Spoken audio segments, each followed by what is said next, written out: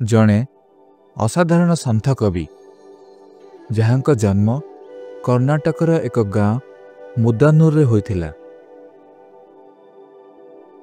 तांको नाँ थिला दासीमया। से जणे भल बुणाकार थिले।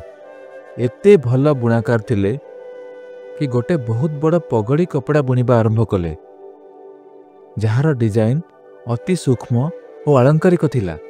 यह तैयारी करबाकू तांको किछि मास लागिगला।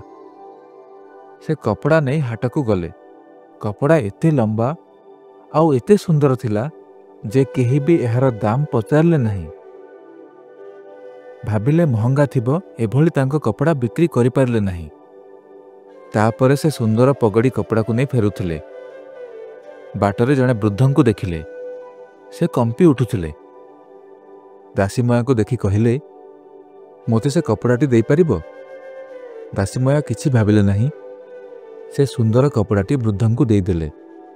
दासीमया वृद्धं को खाइबा पई घर को नहीं गले, किंतु घरे खाइबा पई यथेष्ट नथिला। तांको स्त्री विव्रत होई कहिले, घरे जेतिकी खाद्य अछि तुमको अंटिबनी, आउ तुमे अतिथि को आनिछ, एबे कोन करिबा? से कहिले, जहा अछि ताहा रांध, तांकु परिवेषण कर, आम कथा परे देखिबा। आउ से वृद्ध वास्तव में स्वयं शिव थिले। से निज असल रूप नेले, आउ गोटे मुठी चाउल नहीं तांको चाउल घुमरे रखिले। से भंडार अक्षय होईगला। तांको जीवन रे केबे खाली हेला नहीं। दासीमया एहाकू अगणित लोकंकु भोजन करैबारे नियोजित करथिले।